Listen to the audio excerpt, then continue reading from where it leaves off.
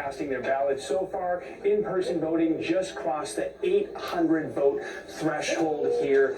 When they opened the doors this morning, 50, 60 people were lined up outside ready to vote. And whose name is Ron. He told us he voted for Trump in 2016. He voted for Trump in 2020. But this year he made a last-minute decision and decided to vote for Vice President Kamala Harris. Let's listen to some of what voters told us.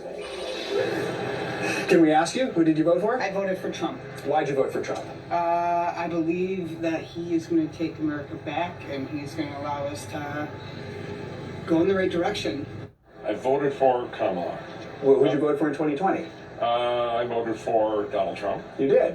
Why the change? It was his description of who he's going to put alongside him in office. Specifically, he mentioned Elon Musk and RFK Jr. worries that they could have prominent roles in the next Trump administration. Nikki and Morgan. Joe, talk to us a little bit more about the counties there in Wisconsin and which ones will play a key role in winning that state. Yeah, where we are right now, this is Waukesha County, and that is one of the 3 WOW counties as they're known. WOW does not mean Austin, though this is a really cool part of the state. What WOW stands for is Waukesha, Ozaukee, and Washington. These are the suburban counties that surround Milwaukee. They've long been Republican strongholds, but in the last decade, we have seen Democrats chew into some of that GOP advantage. President Trump got 39% of the vote here in Waukesha County in 2020. Democrats are hoping that VP Harris can maybe get 40% of the vote. If that happened, it'd be the first time that happened for a Democrat since 1964. The key thing they're trying to do here is turn out and really try and persuade suburban women, maybe even those who've always identified as Republican, to vote for Vice President Harris, whether it's because of abortion, whether it's because of issues surrounding democracy. Nikki? They have their work cut out. All right, Joe Fryer, live in Wisconsin for us. Thank you, Joe. Now let's head over to NBC News correspondent Rahema Ellis, who is live for us in Erie County, Pennsylvania, with the latest. Rahema, this is fascinating because Erie, for many strategists, is sort of a canary in the coal mine. It narrowly went for Biden back in 2020, but it went for Trump in 2016. What are voters telling you there on the ground? We're hearing a lot from people on the ground. I want to tell you, Morgan, a little bit about what's happening here. You might call it the lunchtime surge, if you will. Take a look over here. People are lined up, some almost out the door. They go over there, they sign in, then they come on this section. That's where they fill out their ballots, and over on the other side is where they put those ballots into the slot. There's about 200 people here, so they feel pretty good about what's happening.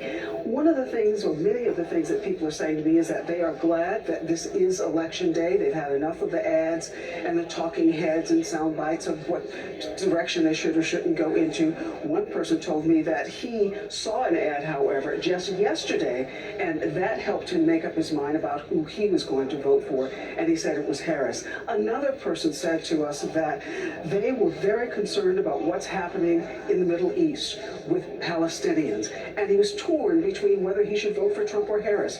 Ultimately, he decided that Harris was the person that he should go with, while others have said to me, one man said he decided 2 years ago who he was going to vote for, and he said it would be Trump. And this is a place that people are watching to see exactly how people are voting. Yeah, these votes, I mean, matter. It's interesting, though, when you were running the numbers, Rahema, what do those numbers tell us about the timing? Because a judge on Friday ordered that the Erie County Board of Elections had to issue ballots for up to 17,000 voters who did not get their mail ballots in time. So how does that affect when we could see these final results? Well, one of the things that's happening is that because of what the judge said the county had to do, they left open the voting place after early voting ended. They left it open for 4 days for people to come and cast their ballots. But what they can do here is if they've gotten a ballot that is not correct, they can surrender that ballot and get a provisional ballot. So what does it all mean? They don't start counting those provisional ballots until Friday. So that tells you a lot about when the decision is going to be made about who won this county. Those provisional ballots being very important. They're not going to be counted until Friday. We know what happened in the last presidential election. It took them until Saturday before we knew who won Pennsylvania.